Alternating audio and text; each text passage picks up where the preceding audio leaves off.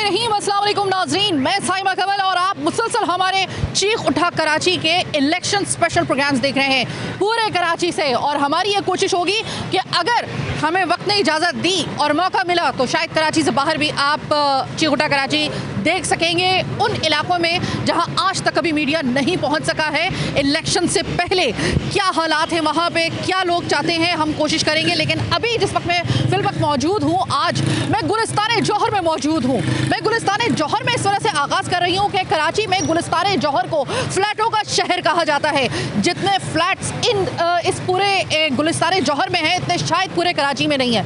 ये फ्लैटों का शहर कहलाता है, तो लिहाजा यहाँ पर जो मसाइल हैं उसका भी कोई आप अंदाज़ा नहीं लगा सकते।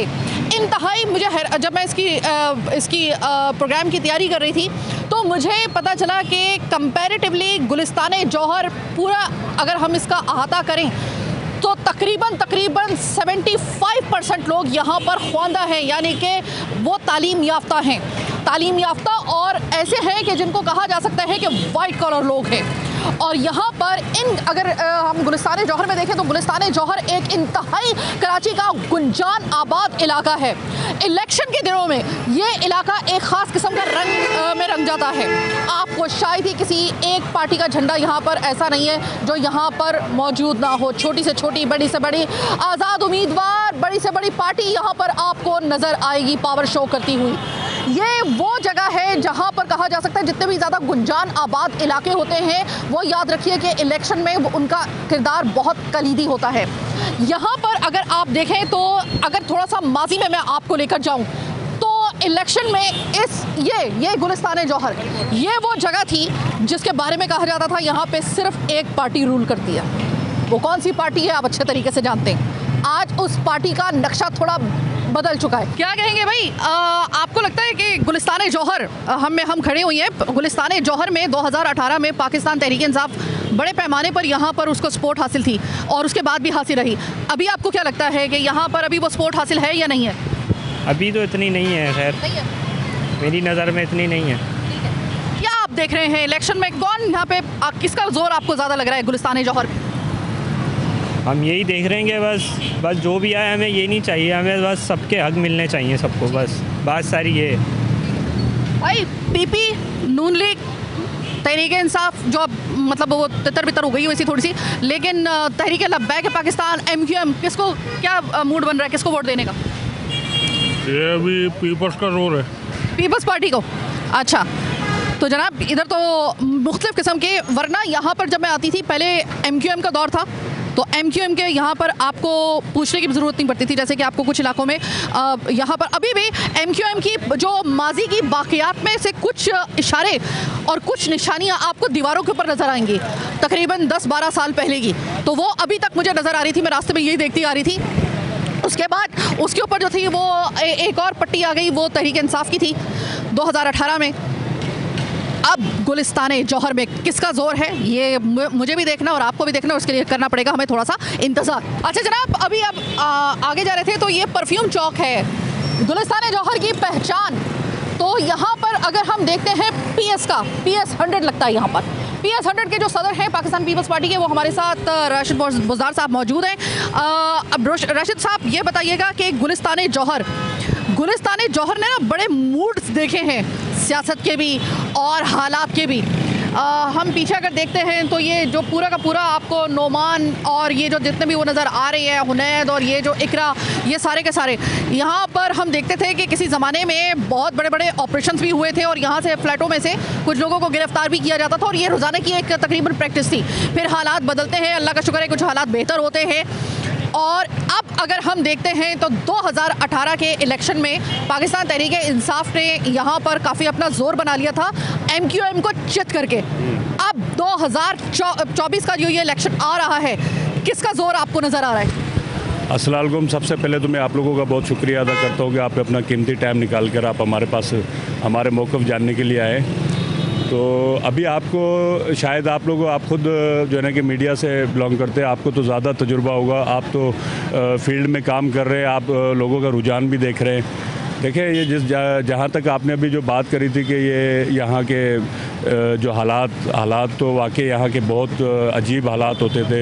यहाँ हम लोग निकलने कोई मतलब फैमिली घर से बाहर नहीं निकल सकती थी, लेकिन अल्लाह का शुक्र है कि अब हमारे जौहर का माहौल बहुत अच्छा हो गया है। आप रात को 4 बजे भी आए, आपको जो है ना कि हमारा जौहर खुला हुआ नज़र आएगा और यहाँ पे एक रौनक नज़र आएगी और अच्छी खासी यहाँ पे फैमिलियाँ आकर रात को जो है ना कि अपना खाना पीना फूड्स वगैरह सब कुछ करते हैं। और अब आ जाते हैं हम इलेक्शन पे। 2018 वाले इलेक्शन में जिस तरह जो है ना कि मामलात आपने देखे थे, तो वो पीटीआई की तरफ से पहले ही वो एक बच्चा आपको बताएगा कि पहले ही सारी चीज़ें कमेंटमेंट हुई थी, सारे मामलात बने हुए थे। तो जब भी जो है ना कि पीटीआई जो है ना कि इक़्तिदार में आई थी। और अब आप पीपल्स पार्टी के हवाले से देख सकते हैं कि पीपल्स पार्टी हमेशा जो है ना कि सिंध में पीपल्स पार्टी की हुकूमत रही है और इंशाल्लाह ताला आगे भी रहेगी और अब तो इंशाल्लाह हम वफाक भी बनाएंगे। और अभी जिस तरह के अभी माहौल चल रहा है इलेक्शन का, तो हम लोग इलाके में अपना वर्क कर रहे हैं। इलाके में हम लोग आवाम की जो है ना कि एक मोहब्बत देख रहे हैं कि आवाम बहुत जो है ना कि इन्वॉल्व हुई है पीपल्स पार्टी के साथ और बहुत सी पार्टियों ने शमूलियतें भी करी है, जिसमें जो है ना कि एमकेएम के लोग थे, पीटीआई के थे और बहुत सी जमायतों से जो भी कुछ दोस्त हैं वो हमारे पास शमूलियतें कर रहे हैं। तो इससे आपको ये चीज़ें वाज़ेह हो जाएंगी कि इस दफ़ा जो है ना कि इलेक्शन किसके हक़ में जा रहे हैं और कौन जो है ना कि यहाँ से जो है ना कि जीतेगा। अच्छा, आपने कहा कि इस दफ़ा तो हम विफाक में भी गवर्नमेंट बनाने के लिए जा रहे हैं, यानी कि पाकिस्तान पीपल्स पार्टी। इस कॉन्फिडेंस की वजह जान सकती हूँ, जबकि एक ख्याल तो ये जाहिर किया जा रहा है कि शायद वो जो एक तवील अरसे से बीमार शख्सियत थी वो आई हैं, तो शायद उनको मौका दिया जाएगा। नहीं, देखें, उनको लाया गया है, ये लोगों के जहन सोच में यही होगा कि शायद उनको मौका दिया जाएगा। तो ऐसे नहीं हो सकता है, कुछ ना कुछ उनके भी सेटलमेंट करके उनको कहीं ना कहीं एडजस्ट करेंगे।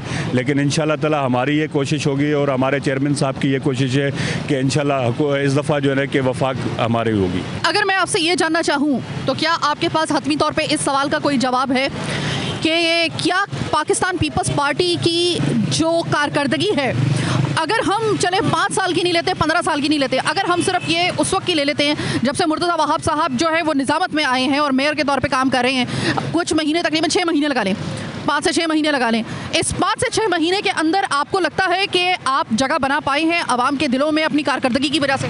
100%, क्योंकि आप अभी पूरे कराची में जाकर देखें, पूरी कराची में तरक्याती काम हो रहे हैं। अभी ये काम तो आपके सामने ही है, ये ब्रिज बना है और ये पुल बना है यहाँ पर, ये भी मुर्तज़ा वहाब के जो है ना कि आने से जो है ना कि ये बना है। और पूरी कराची में आप जिस जगह पर जाएं वहाँ पे आपको काम काम होता हुआ नज़र आएगा।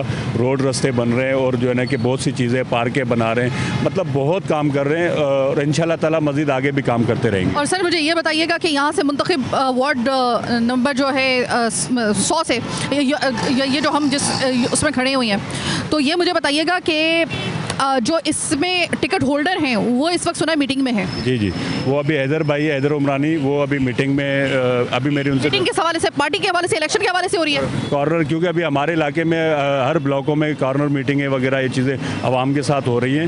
अभी वो कॉर्नर मीटिंग में बैठे हुए थे, मैंने अभी उनसे मेरी बात भी हुई है, उसने कहा कि मैं थोड़ी देर में वहाँ से मीटिंग से फ्री होकर मैं आके मिलता हूँ आपसे। हैदर उमरानी साहब को यहाँ पर टिकट दिया गया है पाकिस्तान पीपल्स पार्टी की जानिब से और पाकिस्तान पीपल्स पार्टी की तरफ से उनको इस जगह से जो है वो खड़ा किया जा रहा है और कहा जा रहा है कि वो देखिए इस वक्त जो मामला हो गया है ना, कुछ दिन का जो कि फ़र्क रह गया है, तो इस वक्त आपको हर कॉर्नर मीटिंग इस वक्त पॉलिटिकली और हर पार्टी की इस वक्त आपको एक्टिविटी में नज़र आएगी।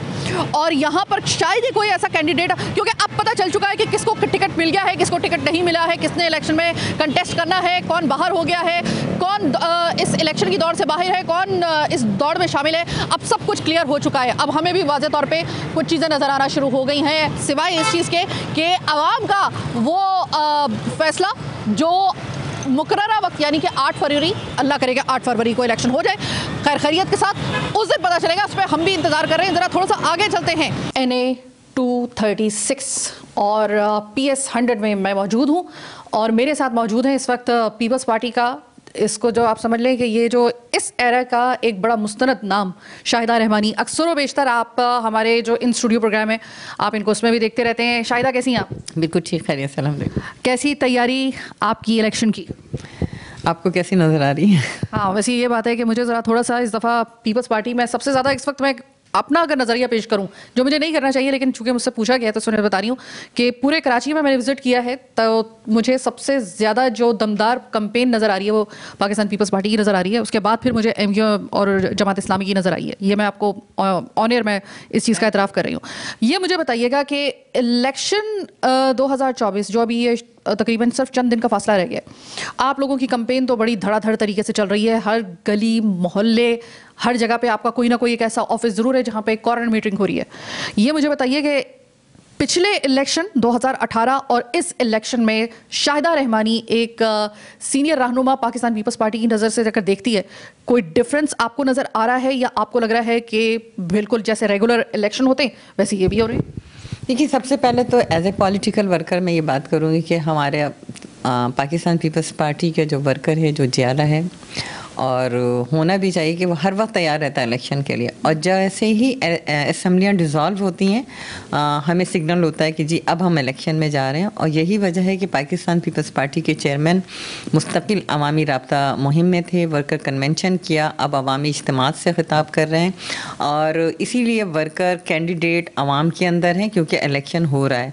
बहुत सी पार्टियाँ जिससे हम बार बार कह रहे हैं कि वो इलेक्शन में नज़र नहीं आ रही। पूरे पाकिस्तान में, आप कराची की बात कर रही थी, मैं पूरे पाकिस्तान की बात करूंगी कि कहीं पे भी हर पार्टी जो है इलेक्शन से राह फरार इख्तियार करना चाहती है। यही वजह है कि कभी सेनेट के अंदर करारदाद पेश की जाती है, कभी स्टेटमेंट आते हैं, कभी पटिशन दायर कर दी जाती है कोर्ट में कि इलेक्शन डिले कराएं। लेकिन पाकिस्तान पीपल्स पार्टी डे 1 से आइन की बालादस्ती की बात करती है, जमहूरियत की बात करती है। और यही वजह है कि हम कोर्ट जाना पड़ा जब इलेक्शन डिले हुए। और कोर्ट में चीफ जस्टिस ऑफ पाकिस्तान के इंतहाई मशकूर हैं कि उन्होंने कहा कि 8 फरवरी को इलेक्शन पत्थर की लकीर है।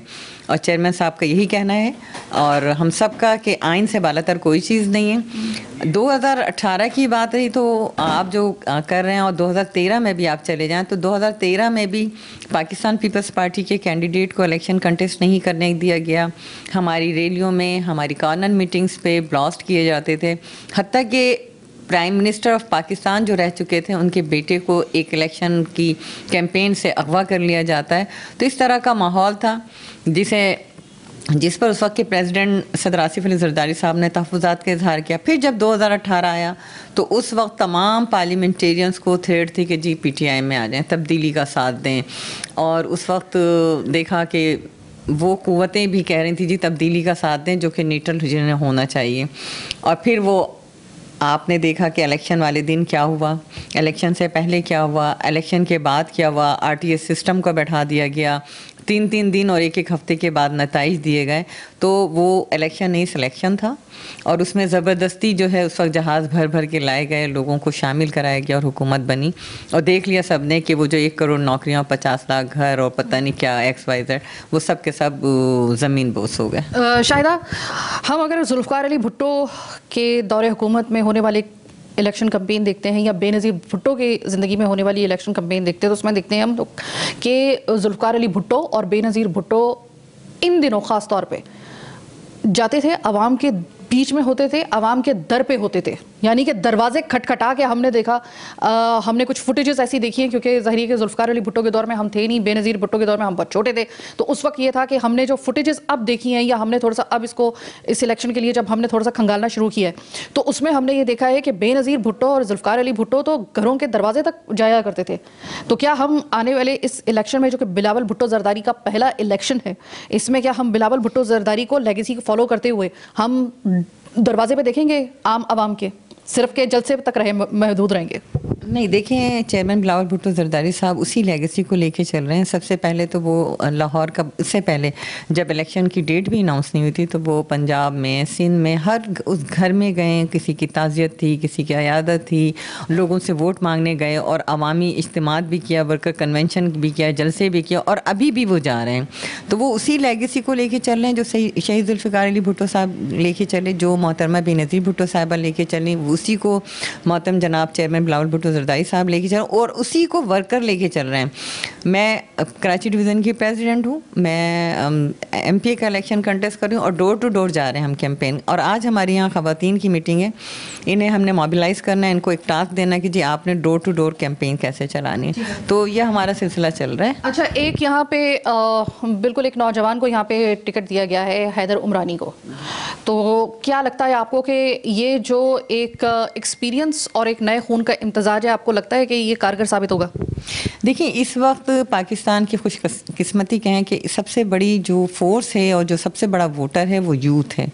और इसको सामने रखते हुए चेयरमैन बिलावल भुट्टो जरदारी साहब ने यूथ कार्ड को भी इंट्रोड्यूस किया अपने मैनिफेस्टो के जो 10 पॉइंट्स है उसमें सबसे पहला जो है वो यूथ को हम यूथ कार्ड देंगे। तो उन्होंने कैंडिडेट को चॉइस करते वक्त भी बहुत सारी जगहों पे यूथ को अपने साथ रखा, क्योंकि इस वक्त पाकिस्तान के यूथ के जो लीडर हैं वो चेयरमैन बिलावल भुट्टो जरदारी साहब हैं।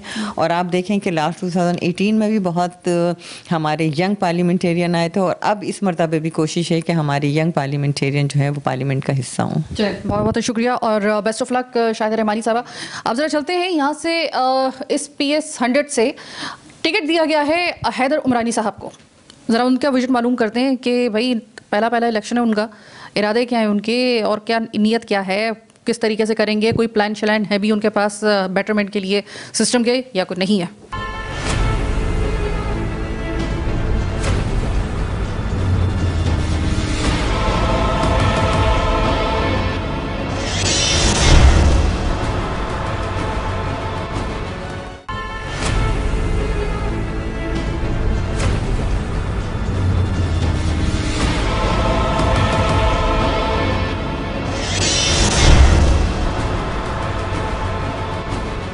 हैदर उमरानी साहब मेरे साथ मौजूद है। हैदर, मुझे अगर मेरी याददाश्त सही काम कर रही है, मैंने आपका ये नाम इस इलेक्शन से पहले भी सुना हुआ है, तो थोड़ा सा आप मुझे अपना करवाएंगे कि ये आपके नाम की बाज़गश्त मेरे कान में क्यों आ रही है? ये मेरा वहम नहीं हो सकता।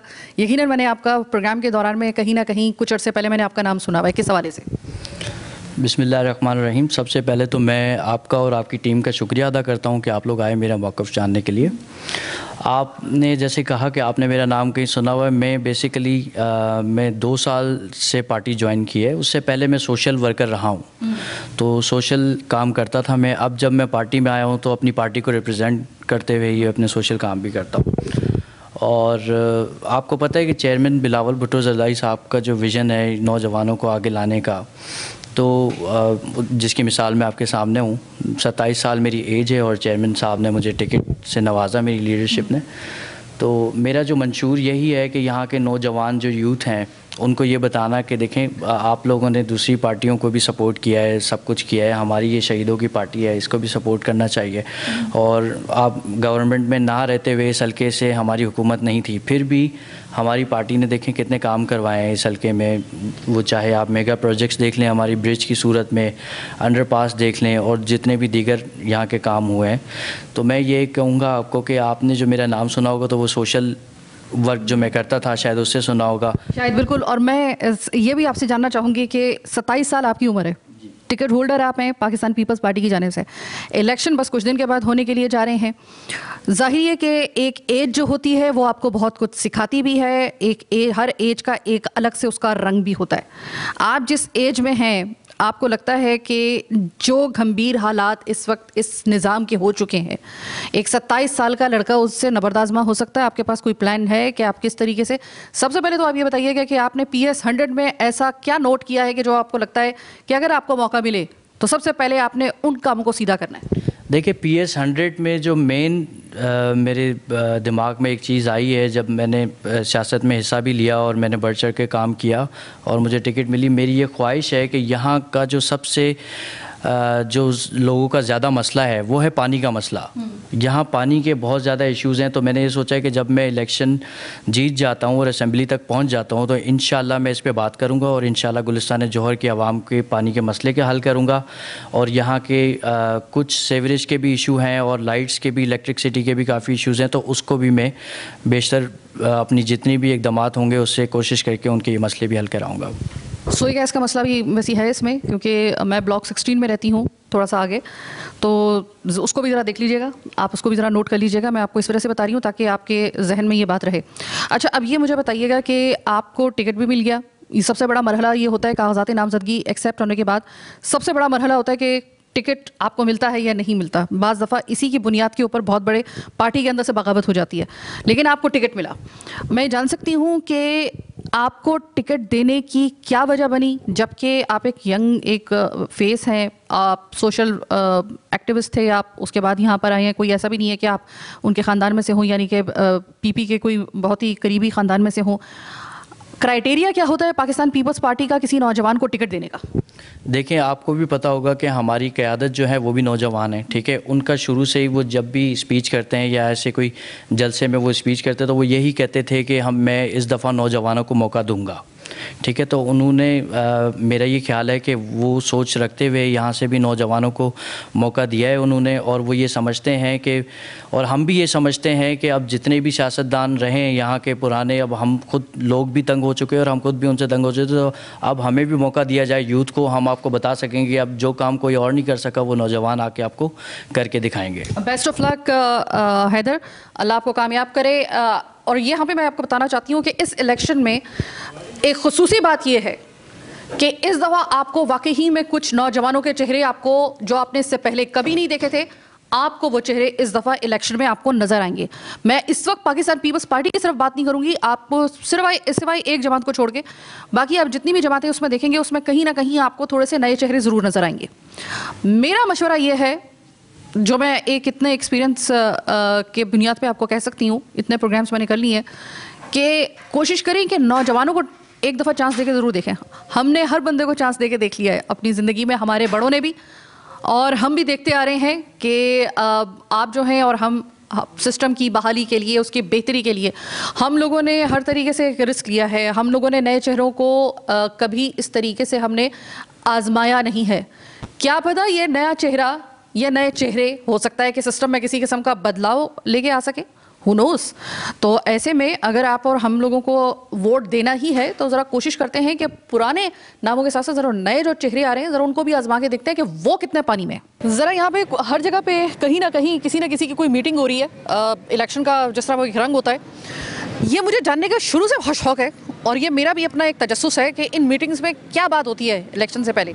तो मैं ये जानती हूँ उन खातून से जो खुद इस मीटिंग में आई हुई हैं। अस्सलाम वालेकुम। वालेकुम अस्सलाम। ये मुझे बताइएगा, ये जो कॉर्नर मीटिंग्स होती हैं इलेक्शन से पहले, मुख्तलिफ जगहों पे मराकज़ इनके बन जाते हैं, दफ्तर बन जाते हैं, इनमें होता क्या है? ये इलेक्शन को किस तरीके से इसको आप लाइन अप करते हैं या किस तरीके से इसमें आप जो है वो कोई प्लानिंग करते हैं? क्या होता है इसमें? देखिए, प्लानिंग्स तो साल साल चलती रहती हैं। ऐसा नहीं है कि जब इलेक्शन आया तो प्लानिंग्स स्टार्ट होती हैं। प्लानिंग्स हमारी होती रहती हैं, मगर ये है कि बिलखुसूसन इलेक्शन में जो हमारी कॉर्नर मीटिंग्स होती हैं, जैसे हमारा जो भी कैंडिडेट है, जैसे हमारे NA 236 के कैंडिडेट मुजम्मिल भाई हैं, मुजम्मिल भाई हो गए, और इसी तरह हमारे हैदर उमरानी भाई जो हैं वो हैं बिल्कुल यूथ कम उम्र कैंडिडेट हैं हमारे। और हमारा गुलिस्तान जौहर बहुत बड़ा है, हमारा NA बहुत बड़ा है, PS बहुत बड़ा है, और वो डोर टू डोर जाके वर्किंग करना, अपने कैंडिडेट को इंट्रोड्यूस करवाना। ज़ाहिर बात है, देखिए जो लेडीज़ होती हैं वो ज़्यादातर इस बारे में नहीं जानती, तो हम लेडीज़ जो हम पीपल्स पार्टी की जो जालियाँ हैं, हम निकले हैं कि हम जाके डोर टू डोर जाके लेडीज़ को बताएँगे कि आपके NA से कौन मतलब इलेक्शन लड़ रहा है, पीपल्स पार्टी का कौन सा कैंडिडेट है, और ऐसे PS का कौन सा कैंडिडेट है। ये हमने जा के डोर टू डोर बताना होता है। ये कॉर्नर मीटिंग्स का मतलब भी यही होता है कि हम किसी हलके में अगर जा रहे हैं, वहाँ के मसाइल सुनना, लोगों को मोटिवेट करना कि आया हमारा जो भी कैंडिडेट जीत कर आएगा वो आपके लिए क्या क्या काम कर सकता है। लोग अपने मसाइल बहुत बताते हैं, आपको पता है, और हम जितने मसाइल हल कर लें ये कभी भी ख़त्म नहीं होते मसाइल। It's all about corner meeting, यही होता है सिर्फ हर कॉर्नर मीटिंग में यही होता है, क्योंकि देखिए आवाम निकलती है, कॉर्नर मीटिंग आवाम के लिए होती है, हमारा कैंडिडेट आवाम में जाता है। इस वक्त आप आवाम का रिस्पांस कैसे देख रही हैं? ख़वातीन यहाँ पर मौजूद हैं, ज़ाहिर है ख़वातीन को घर से निकालना ये खुद बहुत बड़ा एक चैलेंज होता है, तो ये मुझे बताइएगा कि रिस्पांस कैसे देख रही हैं इस दफ़ा इलेक्शन के लिए? कहीं ऐसा तो नहीं है कि ठंडा इलेक्शन जाएगा? नहीं, लोग बहुत पुरजोश हैं इस इलेक्शन के लिए। आपकी सोच है कि किस तरह से लोग इंतज़ार कर रहे हैं। मीन्स कुछ लोगों का माइंड ये भी बना है कि इलेक्शन होगा नहीं होगा, मगर हम जा के उनको यही कन्विंस कर रहे हैं कि इंशाल्लाह इलेक्शन ज़रूर होगा और हम अपने ही कैंडिडेट को, हर कोई पार्टी अपने ही कैंडिडेट्स के लिए जाती है, उसी के लिए मोटिवेट करती है और आवाम में बहुत जोश है, जोश और जज्बा है और लेडीज़ ख़ास तौर पे बहुत पुरजोश है, इसलिए कि हमारे जो बिलावल साहब हैं उन्होंने कहा है कि जब वो वज़ीर आज़म बन के आएंगे वो आवाम को रिलीफ देंगे, 300 यूनिट वो फ्री देंगे। और आपको पता है कि इस वक्त गैस का मसला, आपको लगता है कि इस सिस्टम में 300 यूनिट बिजली के फ्री देना ये फिजिबल हो भी सकता है? इवन के एक ऐसा ना हो ना कि इससे पहले हम देखते थे कि मुराद सईद साहब ने एक दफ़ा इलेक्शन से पहले उन्होंने कुछ इसी तरह की बातें की थी कि वो इमरान खान साहब आएंगे तो IMF के मुंह पे मारेंगे इतना जो है कर्जा, और उसके बाद फिर वो वहाँ से पैसे लेकर आएंगे फिर उनके मुंह पे मारेंगे। कुछ भी नहीं हुआ था। तो फिर बाद में उन्होंने कहा था कि ये इलेक्शन कैंपेन में इस तरह के टैक्टिक्स जो होते हैं वो इस्तेमाल किए जाते हैं। कहीं ऐसा तो नहीं है 300 बिजली अगर यूनिट फ्री अगर दिए जा रहे हैं तो आपके पास बाकायदा तौर पे आपको लगता है कि बिलावल भुट्टो के पास कोई प्लान होगा, या आपको लगता है कि ये भी सिर्फ एक अट्रैक्ट करने के लिए एक जो है मुराद सईद की तरह उन्होंने भी एक शुजा भी नहीं, मैं आपको बताती हूँ। देखें, सन तो मुझे अच्छी तरह से याद नहीं है, जब मोहतरमा आई थी तब बलूचिस्तान में कोयला निकला था, याद है, और बिजली हमारी किससे बनती है। तो वो सारा प्रोजेक्ट जो है अब फिर से स्टार्ट करेंगे। अच्छा, वही इंशाल्लाह उसी प्रोजेक्ट को लेके हम स्टार्ट करेंगे, फिर हम बिजली भी ज़ाहिर बात है उसी तरह से पैदा की जाएगी, तो उसी का बेनिफिट आवाम को ही दिया जाएगा ना। वही बिजली आवाम को फराहम की जाएगी जिसके 300 यूनिट, और ख़वातीन में सबसे ज़्यादा खुशी की बात यही है कि उन्हें बिजली फ्री मिलेगी और गैस प्रॉपर मिलेगी। बहुत बहुत शुक्रिया। अगर हम देखें तो ये वाकई ही में हमें पिछले इलेक्शन को हम लोग अगर देखते हैं तो हर इलेक्शन में किसी न ऐसा जो है दाव ज़रूर खेला होता है कि कभी जो है वो मुराद सईद साहब जो थे उन्होंने एक वो अभी तक उसका जो है वो मीम्स वगैरह बन रहे होते हैं उसके, वो कहाँ से पैसे लेकर आए, जितना भी पैसा लेकर आए कहाँ गए, कर्जा उतरा नहीं उतरा वो एक अलग मामला है, लेकिन उसमें कुछ भी जान नहीं थी उनके उस एक वो जो एक उनका वो जो एक दाव था उसमें कुछ भी जान नहीं निकली, बाद में कुछ भी नहीं निकला उसके अंदर से। तो आवाम ज़रा थोड़ा सा वो भी ज़रा थोड़ा सा ना चीज़ों को देखे कि क्या चीज़ जो है वो मुमकिन हो सकती है, क्या चीज़ मुमकिन नहीं हो सकती। इतनी जल्दी किसी के नारों में नहीं आया करते, लेकिन आगे चलते हैं, आवाम से मिलते हैं, ज़रा देखते हैं ये जो हमारे चाय के जो बने होते हैं ना मुख्तलिफ़ किस्म के, जहाँ पर मराकज़ बने होते हैं जो जदीद तरीके से आपको और मुझे चाय दे रहे होते हैं मुख्तलिफ़ खुली जगहों के ऊपर। यहाँ पर आपको पता है कि अलग से एक लाइव टॉक शो चलते हैं सियासत के ऊपर, जो गुफ्तगू वहाँ पर होती है और आवाम अपनी अपनी राय का इजहार करते हैं। ओ हो हम भी मेरा ख्याल है कि उनसे ही सीख ले तो ज़्यादा बेहतर होगा। वो इतने अच्छे बाज़ दफ़ा पॉइंट रेज़ करते हैं और उनका इतना अच्छा एक तज्जिया होता है। तो मैं ये चाह रही थी कि ये जो प्रोग्राम का अगला हिस्सा है ना आवाम के साथ, हम किसी ऐसी चाय के ढाबे पे करें या फिर चाय के ऐसे पॉइंट पे करें जहाँ पर पब्लिक बैठी हो, नौजवान भी हों और उसके साथ कुछ ऐसे भी लोग हों जिन्होंने कई इलेक्शंस देख लिए हों, वो इस इलेक्शन के बारे में क्या कहते हैं। तो बड़ा मज़े का आगे का बस सेगमेंट होने वाला है। मैं भी इंतज़ार में हूँ, आप भी इंतज़ार में। छोटे से वक्फे के बाद मिलते हैं।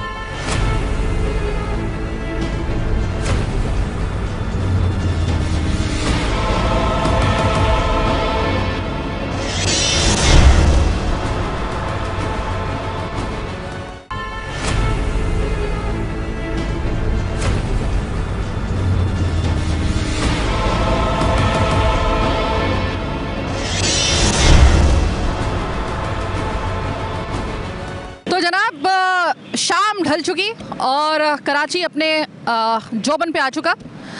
तो हमने आपसे क्या कहा कि जब हम जाते हैं ना किसी ऐसे चाय के मरकज़ पर तो आपको बहुत सारी पब्लिक नज़र आती है। पहले ढाबे होते थे, इसके अब थोड़ी सी उसकी जदीद शक्ल बन गई है और इस तरह ओपन एयर में आप देखते हैं यहाँ पर खलकत होती है पूरी।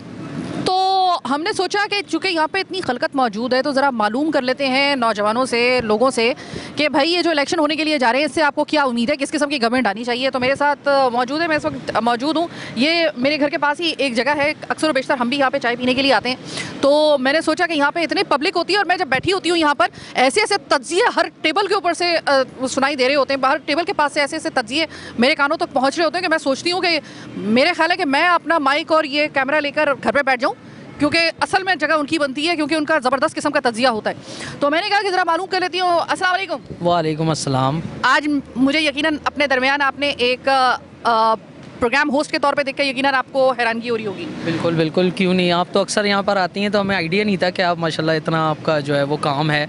तो एक अच्छी चीज़ करिए आप यहाँ पर आई, क्योंकि ताकि लोगों को भी पता लगना चाहिए कि आवाम को कितने ज़्यादा मुश्किलात का सामना करना। मुझे ये बताओ कि आप लोग कितना मुंतज़िर हैं इस वक्त इलेक्शन के, और इलेक्शन में जो गवर्नमेंट आए उससे क्या एक्सपेक्ट कर रहे हैं आप?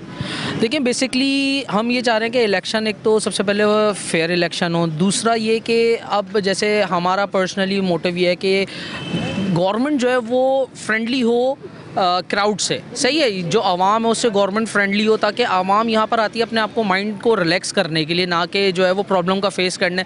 अब क्राउड यहाँ पर बैठती है तो सम टाइम ये होता है कि कभी कोई आ जाता है तंग करने, कभी कोई तंग करने आ जाता है। लोगों को यहाँ सुकून से बिजनेस नहीं करने दिया जा रहा है। जो मतलब इस तरह का जो बिज़नेस है जो कि कराची की रौनक में इजाफा करता है, इस तरह के ये मतलब बहुत मुश्किल है। अगर आपकी गवर्नमेंट आपका साथ नहीं दे रही तो आपके लिए बड़ा मुश्किल है। डेफिनेटली हमें बहुत कुछ फेस करना पड़ता है, हमें बहुत सारे लोगों को जो है वो जवाब देना पड़ता है, क्योंकि यहाँ पर आप सुकून से काम नहीं कर सकते। अब आपको पता है जैसे कराची एक बिज़नेस हब है, अब कराची वालों को यहाँ पर सुकून से काम नहीं करने दिया जा रहा है। हम यहाँ पे XYZ कुछ भी एक काम करते हैं तो हमें उसके लिए पहले 10 लोगों को जवाब देना पड़ता है, 10 से परमिशन लेनी पड़ती है। उस एक छोटे से काम के लिए 1 महीना निकल जाता है, उसके बाद जाके वो काम होता है तो फिर दूसरे नए लोग आ जाता है हमारे ऊपर। तो हम लोग इस चीज़ को रोज़मर्रा में फ़ेस कर रहे होते हैं यहाँ पर। ठीक है, आप क्या कहेंगे? देखिए, कराची को कहा जाता है कि अगर आपने कराची को काबू कर लिया तो पूरा पाकिस्तान बहुत आसूदगी के साथ वो इलेक्शन के बाद बनने वाली उस गवर्नमेंट का वो टेन्योर गुजारेगी। आप क्या चाहते हैं? जाहिर है कि आप यंग हैं, आप ख़ुद भी जो है वो कराची के बासी हैं। आप जो आने वाली गवर्नमेंट है इस इलेक्शन के बाद, उसमें क्या देखना चाह रहे हैं? किस वजह से आपको लगता है कि गवर्नमेंट आना एक ज़रूरी है इस इलेक्शन के बाद? फ़र्स्ट ऑफ़ ऑल देखिए, मैं तो आपको यही कहूँगा कि जैसे भाई ने कहा कि इलेक्शन फेयर होने चाहिए। अगर इलेक्शन फेयर होंगे तो डेफिनेटली गवर्नमेंट भी अच्छी आएगी, और गवर्नमेंट आती है तो हम लोगों के लिए सुकून ये है कि गवर्नमेंट हम लोगों को कुछ प्रोवाइड करे। फॉर एग्जांपल, अगर हम गवर्नमेंट को टैक्सेस पे कर रहे हैं तो हमें उसके रिटर्न में क्या मिल रहा है, हमें इसका कुछ नहीं पता। हमें रिटर्न में सिर्फ बदमाशियाँ मिल रही हैं लोगों की, और तरह तरह के लोग आते हैं, उनकी तरह तरह की बातें सुनने को मिलती हैं। अब उसमें हमारी खुद की गलती ये है कि हम सारे मिलके, जितने भी रेस्टोरेंट्स वाले हैं, जितने भी इस तरह के ढाबे हैं और जो भी कुछ है, हम सबको चाहिए कम्युनिटी बनाएं अपनी, और हम इन सब के अगेंस्ट एक एक्शन लें। जब हम एक्शन लेंगे एक फेयर तरीके से तो हम लोग के एक्शन के ऊपर भी एक रिएक्शन आएगा, और रिएक्शन हम सबके लिए जो है प्रॉफिटेबल होगा। अगर हम इस तरह से एक दूसरे को टांगे खींचते रहेंगे एक दूसरे की, तो हम लोग कभी भी सक्सेसफुल नहीं हो सकते। मुझे ये बताओ कि अगर आपको, जिस तरह आप कह रहे हैं कि कोई अवाम दोस्त किस्म की गवर्नमेंट आना ज़रूरी है, इस वक्त अगर तमाम पार्टीज़ को हम देखते हैं और आप भी देखते हैं, इरादा क्या है? आपको कौन सी पार्टी इस वक्त पाकिस्तान, ये कराची के अंदर रूल करती हुई, ये पाकिस्तान के अंदर अपनी हुकूमत बनाती हुई नज़र आ रही है, जो आप समझते हैं कि उसके अंदर इतने गट्स हैं?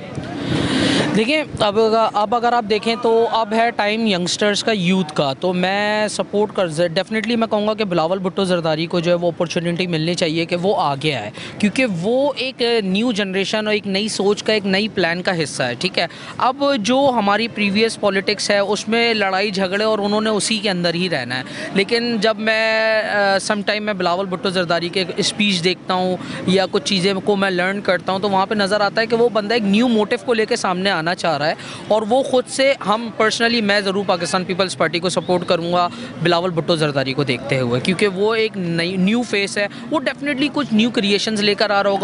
अब राइट नाउ हम जिस एरिया में रह रहे हैं, यहाँ पे जितने भी काम हुए हैं वो पाकिस्तान पीपल्स पार्टी के थ्रू हुए हैं। सब अंडर पासेस बने हैं, फिर ब्रिजेस बने हैं, फिर काफ़ी अच्छे इन्होंने क्राउड के लिए काफ़ी स्पेस को ओपन करा है। लेकिन अब हो क्या रहा है कि वो स्पेस को तो अपने बिहाफ पे ओपन कर रहे हैं, पीछे जो लोग आके तंग कर रहे हैं वो डेफिनेटली अब बार बार एक इतनी जिम्मेदार बंदा हर जगह पे तो नहीं आ सकता ना। तो हम ये कह रहे हैं कि पाकिस्तान पीपल्स पार्टी डेफिनेटली आए, हम पर्सनली खुद सपोर्ट करते हैं, वो आए, और जो है वो यूथ को, और जो बिज़नेस है, डेफिनेटली कराची एक बहुत बड़ा हब है। अगर कराची को सुकून से नहीं कमाने दिया जाएगा तो मेरा नहीं ख्याल पाकिस्तान रन कर सकता है। आपको लगता है कि बिलावल भुट्टो जरदारी को जिस तरीके से ये कह रहे हैं कि एक मौका मिलना चाहिए, वो उनको भी एक, जहाँ पे हमने सबको आजमाया, बिलावल को भी आजमा लेते, यूथ है, हो सकता है वो हमारे मसले ज़्यादा अच्छे तरीके से समझ सके। आप मुझे ये बताइएगा कि बिल्कुल ज़रूरी नहीं है कि आप इनके ख्यालात से मुत्तफिक हों। आपको लगता है क्या ये 1000% आप श्योरिटी दे सकता है कोई, या ख़ुद बिलावल भुट्टो जरदारी के उनके आने के बाद आपका इसी तरीके से माहौल बनेगा, इसी तरीके से आप एक टेंशन फ्री होकर अपना काम कर सकेंगे और आवाम टेंशन फ्री होकर घर से बाहर निकल सकेंगी। ऐसी आवाम दोस्त हुकूमत आपको लग रहा है कि 1000% श्योरिटी के साथ आप बता सकते हैं या मतलब इसकी गारंटी ले सकते हैं कि वो आए तो ऐसा ही होगा? देखिए, श्योरिटी तो यहाँ पे किसी भी चीज़ की नहीं है, बट डेफिनेटली बिलावल भुट्टो जरदारी को अगर एक चांस मिलता है और वो एज अ प्राइम मिनिस्टर यहाँ पे आते हैं पाकिस्तान में, तो डेफिनेटली कुछ ना कुछ चेंजेस होंगी, क्योंकि उनका माइंडसेट एज ही सेड के उनकी स्पीचेस, मैंने भी उनकी नेशनल असेंबली की एक स्पीच सुनी थी जिससे मैं बड़ा इंस्पायर हुआ था, जिसमें उन्होंने साफ कहा था कि अब जो है ये बूढ़ों की पॉलिटिक्स नहीं है, अब ये यूथ की पॉलिटिक्स है।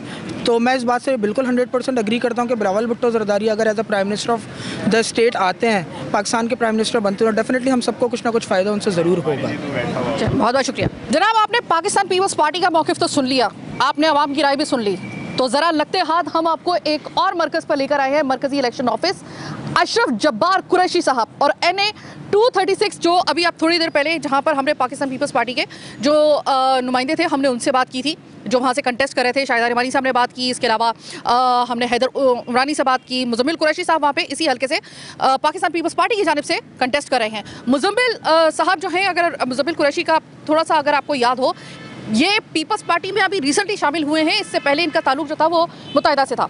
खैर, उसके बाद हालात चेंज हुए, मकामात चेंज हुए, उसके बाद कुछ चेंजिंग्स के बाद ये आपने जो देखा, अब कुछ इसी किस्म की चेंजिंग्स का सामना अशरफ जब्बार कुरैशी को करना पड़ रहा है। मैं पूरे 4 साल बाद अशरफ जब्बार कुरैशी से बात कर रही हूँ, क्योंकि इससे पहले जब मैंने इनसे बात की थी तब इलेक्शन 2018 मैं उसको कवर करने के लिए आई थी आपके हलके में, लेकिन उस वक्त आपका इंतखाबी निशान कुछ और था। आज आपका इंतखाबी निशान बहैसियत इंडिपेंडेंट एक कैंडिडेट के क्रिकेट विकेट है। सर, ये चेंज आपको कैसा लगा? देखिए, मजबूरी या ख्वाहिश? देखिए, हालात जो है वो बहुत तब्दील हुए और आपको तो पता है कि मैं फाउंडर मेंबर हूँ PTI का, तहरीक इंसाफ बनाई हमने कोई ज्वाइन नहीं किया कि इमरान खान साहब के साथ कोई वोट बैंक आ गया तो हमने ज्वाइन कर ली। हम तो उनके साथ PTI बनने से पहले से हम काम करते हैं। मैं शौक़ाना में काम करता था, लेकिन हालात जो है कुछ इस तरह से चेंज होने शुरू हुए कि 2013 के बाद, फिर 2018 के बाद, और फिर जो है उसके बाद जो हालात चेंज हुए, उसने 9 मई के वाक़यात के बाद एक बहुत बड़ी करवट ली जो पूरे उसने। अच्छा, उससे पहले की जो स्ट्रगल थी वो मैं मुस्तकिल खान साहब को भी इन्फॉर्म कर रहा था, बाकी लोगों को भी बता रहा था कि हालात जो है वो हमारे कुछ लोग जो है उसको मिसयूज़ कर रहे हैं और वो कहीं और लेके जा रहे हैं, और वो एंटी स्टेट और एंटी पाकिस्तान, या समझे कि वो एंटी हमारी जो हिफाजत करने वाली फ़ौज है उनके उसके मामला की तरफ लेके जा रहे हैं, उसके ख़िलाफ़ लेके जा रहे हैं। तो बीइंग एक नज़रियाती लीडर मैंने उनको बहुत समझाया और उन लोगों को समझाया, लेकिन इमरान खान साहब ने उनको कहा कि ये मेरा इसका कोई ताल्लुक नहीं, ये गलत बात हो रही है। लेकिन उसके बाद वो 9 मई का वाक़या हो गया। उसके बाद जो है वो मैंने फ़ैसला इस बात का ये किया कि मैं असल में जो पार्टी PTI को बनाई थी वो तो अब रही नहीं, ये तो हम लोटे और लुटेरों की पार्टी बन गई, जिसके अंदर जो है जिसका जो चेयरमैन अब इन्होंने बनाया है चेयरमैन, वो चेयरमैन जो है 1.5 साल पहले तक पीपल्स पार्टी में था। गौहर साहब की बात कर रहे हैं आप? गौहर साहब की बात कर रहा हूँ। गौहर साहब जो पीपल्स पार्टी में थे, और उसके बाद उनकी जो पूरी टीम है वो सिर्फ इस बात के लिए खड़ी हुई है कि उनको इमरान खान का वोट बैंक चाहिए था। देखिए, मैं 8 इलेक्शन इस पार्टी में लड़ा हूँ और हमेशा नज़रियाती तौर पर हमने जदोजहद की है, लड़ाई लड़ी है, और हमने उन जगहों से इलेक्शन लड़े हैं जहाँ पे लोग नामुमकिन होता था, MQM का मुकाबला होता था किसी जगह पे, और बहुत ज़्यादा लांडी जैसे इलाके में लड़ा, नई कराची लड़ा, 97 लड़ा, और उस बात के लिए लड़ा कि पाकिस्तान में तब्दीली आनी चाहिए। लेकिन पाकिस्तान में जो तब्दीली आने वाली थी थोड़ी सी आ चुकी थी, और उसको इस्टेब्लिश होना था कि ये सारा वाक़या हो गया। और जिसने भी कराया वो जो आज अगर इसको आप देखेंगे तो आप तहरीक इंसाफ में जो लिस्ट कैंडिडेट की लिस्ट दी है उसको देखिएगा कि उसमें से 90% 80% लोग 9 मई के वाक़यात में इन्वॉल्व थे। और यही लड़ाई हमारी उस वक्त भी थी और आज भी यही लड़ाई है कि यार जो नज़रियाती PTI हमने बनाई थी उसमें पाकिस्तान की हिफाजत थी, नौजवानों के लिए काम करना था, पाकिस्तान में तब्दीली लेकर आनी थी, यहाँ करप्शन की उरूज था, और आज भी आप देखें कि करप्शन का उरूज है। नई कराची में जब आपने 2018 में मेरे साथ प्रोग्राम किया था, आप मेरे साथ पूरी गली में वहाँ पर गई थी, हर जगह मूव किया था, और आज जो है 2018 के बाद जब वहाँ पर जो है MQM का MNA बना और उसको जो है PTI की हुकूमत ने भी पैसे दिए ठीक ठाक, उसके बाद वहाँ जाके देखें उससे बदतर हालात में आप पाएंगे उस जगह को। इसी तरह इस जौहर का हाल है, इस गुलशन का हाल है, जो 2013 में मैंने यहाँ से इलेक्शन लड़ा था, उस वक्त जो इसकी सिचुएशन थी उससे बदतर सूरत हाल है, अच्छी नहीं हो रही है। तो मैंने ये फैसला किया कि मैं किसी भी पार्टी को ज्वाइन करने से बेहतर ये समझता हूँ कि मुझे अपनी हैसियत आज़ाद रखनी चाहिए। आपको पता है कि पॉलिटिकल पार्टीज़ एक्ट के बाद जो इन्होंने 18वीं तरमीम में डाला था, उसके अंदर जो है जो भी MNA MPS बनेगा, जिस निशान पे भी जीतेगा, वो पार्टी चेयरमैन का गुलाम होगा। और उसको अगर वो वहाँ पे वायलेशन करता है तो उसको शोकाज नोटिस मिलेगा, हो सकता है पार्टी मेंबरशिप भी चली जाए और उसकी एनए की और एमसीवाई वहाँ पे हक बात नहीं कर सकता। किसी भी पार्टी के अंदर कोई बंदा हक बात नहीं कर सकता। तो मैंने ये सोचा कि मुझे इस वक्त जो है अपने आप को आवाम के सामने पेश करना चाहिए, क्योंकि मैं नज़रियाती तौर पे एक स्ट्रॉन्ग आदमी हूँ और मैं चाहता हूँ कि पाकिस्तान के नौजवानों की ज़िंदगी में तब्दीली आए, यहाँ के शहर और गलियों की गलियाँ तब्दील हों, यहाँ रोज़ाना सड़कें ना बने, रोज़ाना रोड ना बनाए जाएँ, तरक्याती बजट सिर्फ इन चीज़ों पर खर्च ना हो जाए, और स्कूल जो है जो भूत बंगले बने हुए हैं, प्राइवेट तालीम जो है उसकी वजह से, प्राइवेट स्कूल माफियाज़ की वजह से जो है सरकारी स्कूलों को बेड़ागर्क किया गया। यहाँ पे स्कूल और हॉस्पिटल की माफिया की वजह से हॉस्पिटलों का सत्यानाश किया गया। जिस हल्के में चले जाएँ वहाँ सिंध गवर्नमेंट के हॉस्पिटल हैं, सिटी गवर्नमेंट के हॉस्पिटल हैं, अगर आप अपने प्रोग्राम में जाकर उनको सर्वे करेंगे तो आपको अंदाज़ा हो जाएगा वहाँ दवाइयाँ नहीं मिलती, वहाँ इलाज नहीं मिलता, स्कूलों में तालीम नहीं मिलती। कुत्ते के काटने की दवाई तक मैंने खुद उसमें प्रोग्राम किया कि नहीं थी। अच्छा, ये कुत्ते के काटने की दवाई तो आप चले बड़ा स्पेसिफिक हो गया ना। आप नॉर्थ कराची में चले जाएँ, मैं वहाँ पे एक अर्बन हॉस्पिटल है और सिंध गवर्नमेंट हॉस्पिटल है, वहाँ रात को कोई अगर बंदा इमरजेंसी में चले जाए उसके बाद दवाई नहीं होती। ओपीडी में जो दवाइयाँ डॉक्टर लिख के देखते हैं वो उनके पास नहीं होती, सिरंजें उनके पास नहीं होती, और बजट देखेंगे तो अरबों रुपये का बजट है। ये किसने यहाँ तक पहुँचाया, मतलब कौन लोग थे जो इसमें इन्वॉल्व थे? सारी पार्टियाँ जो थी वो हुकूमत में रहीं, इक़्तिदार में रहीं, आज यहाँ पर आ रहे हैं। मुझे बाज़ दफ़ा शर्म आती है, मैं अभी लियाकताबाद से गुजर रहा था और वहाँ पे जो है वो पूरा सड़क जो है उधड़ी हुई है, टूटी हुई है और बनाने का कोई काम ही नहीं है, और हर जगह बैनर लगा हुआ है शुक्रिया जनाब फलां। मैं नाम नहीं लेना चाहता क्योंकि वो नाराज़ हो जाएंगे, तो मैं उनका नाम लूँगा किसी वक्त में, लेकिन उनका जो बैनर भी दिखाऊंगा आपको। और नीचे कचरे का ढेर पड़े हुए हैं, रोड टूटा हुआ है, पानी बह रहा है गटर का। आप कौन सी किस बात का शुक्रिया करवा रहे हैं आवाम से? तो ये जो सियासत है इसको ख़त्म होना चाहिए। इलेक्शन के बाद जो है लोगों ने कहा जी आप आज़ाद लड़ रहे हैं, जीतेंगे तो फिर आपको ब्रीफ केस की सियासत शुरू हो जाएगी। तो मैंने उनको उस वक्त भी कहा था कि ऐसा कोई चीज़ चांस है नहीं, क्योंकि वजह उसकी यह है कि मैं कोई ऐसी पार्टी ज्वाइन नहीं करूँगा, क्योंकि आइन के तहत में जो 18वीं तरमीम के बाद की जो सूरत हाल है उसके अंदर कोई ना कोई पार्टी ज्वाइन करनी होती है। तो मैं इससे बेहतर ये समझूंगा कि कोई नई पार्टी बना के उसको ज्वाइन कर लूँ, क्योंकि जी सॉरी। अशरफ जबार कुरैशी साहब, 2018 में आपके हाथ में बल्ला था, इस दफ़ा आपके हाथ में विकेट है। क्या बल्ला उसने तो जो चलना था और जो रुकना था उसका तो फैसला, उसका तो चैप्टर क्लोज कर दिया इस दफ़ा अदालत ने। ये विकेट जो क्रिकेट की विकेट है, आपको लगता है कि इसके ऊपर आपको वोट पड़ जाएगा? जबकि आपकी जो शनाख्त है कुली तौर पे, हम किसी भी प्रोग्राम में जाते थे, अशरफ जब्बार कुरैशी का आज से कोई 1 साल पहले नाम आता था, 1.5 साल पहले नाम आता था, तो सबसे पहले एक झंडा और एक सियासी पार्टी जिसको पाकिस्तान तहरीक इंसाफ कहा जाता था उसका खुद ब खुद ही जहन में एक आ जाता था। इतना आप उसमें मिक्स हुए हुए थे कराची के अंदर। तो अब आपको लगता है कि पब्लिक आपको कबूल कर पाएगी इस विकेट के साथ? देखिए, मैंने तो हमेशा जो है जो जदोजहद की है उसमें सब पूरी पाकिस्तान को ही पता है, पूरे कराची को पता है कि मैंने हमेशा आवाम के मसाइल की जदोजहद की है। इमरान खान साहब को भी जब लेकर आए थे हम यहाँ पर, वो क्रिकेटर थे और हमने उनको जो है एक सियासत में लेकर आए, लेकिन यहाँ पर असल में रोल जो है वो सोशल मीडिया के लोगों को हो गया इस पार्टी के अंदर ज़्यादा, और असली पीटीआई कहीं और नजर चली गई। तो मैं तो असली पीटीआई की बात कर रहा हूँ। अवाम कराची के अवाम बड़े बाशऊर हैं, मेरे ख्याल में केपीके के अवाम से ज़्यादा बाशऊर, सॉरी मैं वो हो जाएगा लोगों का, लेकिन मैं समझता हूँ यहाँ ज़्यादा पढ़े लिखे लोग हैं। केपीके तो अपना फैसला 2-3 दफ़ा एक तरफ करता है, तो क्या आप आंखें खोल के नहीं करते, या आप दिमाग के साथ नहीं करते, आप शऊर के साथ नहीं करते फैसला कि आपकी आवाज़ बनने के लिए अगर कोई हमने कुर्बानियाँ देते हुए आ रहे हैं, हमें बहुत सारे ऑफ़र मिलती हैं, बड़ी पार्टियों की ऑफ़र मिलती हैं, अगर हम आज़ाद भी जाके खड़े होते हैं तो आपके लिए खड़े हो रहे हैं। तो आपको ये फैसला करके इन लोगों को सरप्राइज़ करना पड़ेगा, ना कि आप सिर्फ सोशल मीडिया के ऊपर जो लोग हैं उनकी जो है उन लोगों ने जो एक्टिविटियाँ की हैं और उनको टिकट दे दिए गए तहरीक इंसाफ में या किसी और पार्टी के साथ दे दिए गए हैं, तो वो पार्टी की असल शक्ल नहीं है, उस नज़रिए की असल शक्ल नहीं है। असल नज़रिए की शक्ल तो हम ये लोग हैं। तो मैं तो समझता हूँ कि असली पीटीआई अगर जब तक बहाल नहीं होगी उस वक्त तक जद्दोजहद हमारी जारी रहेगी। तो जनाब अशरफ जब्बार कुरैशी साहब इस दफ़ा एक अलग निशान के साथ लड़ रहे हैं। इसके अलावा बहुत सारे चेहरे जो पहले पाकिस्तान तहरीक इंसाफ का हिस्सा थे, लेकिन इस अदालती फैसले के बाद अब उनको अलग अलग निशानात जो हैं वो दिए जा रहे हैं। वहाँ पर अशरफ जब्बार कुरैशी साहब जो हैं उनको मिला है ये निशान। अब आपसे दरख्वास्त ये है कि याद रखिएगा कि पिछले इलेक्शन की निस्बत ये इलेक्शन ज़रा थोड़े से मुख्तलिफ उसकी नौयत हो चुकी है। अब वो वाले हालात नहीं जो 2018 में थे, उसके बाद बहुत सारी चेंजिंग्स आई, इतनी ज़्यादा चेंजिंग्स आई हैं कि आपको वो थोड़ा सा उसको उन चेंजिंग्स को ज़रा थोड़ा सा आपको डाइजेस्ट करना होगा। अगर आप चाहते हैं कि पाकिस्तान और कराची बिलखुसूस उसके लिए कोई अच्छी गवर्नमेंट आए, तो ये याद रखिएगा। मैं हमेशा ये जब से ये मैंने इलेक्शन के प्रोग्राम शुरू किए हैं, मैं तब से आपसे कह रही हूँ कि फ़ैसला यहाँ से नहीं यहाँ से कीजिएगा।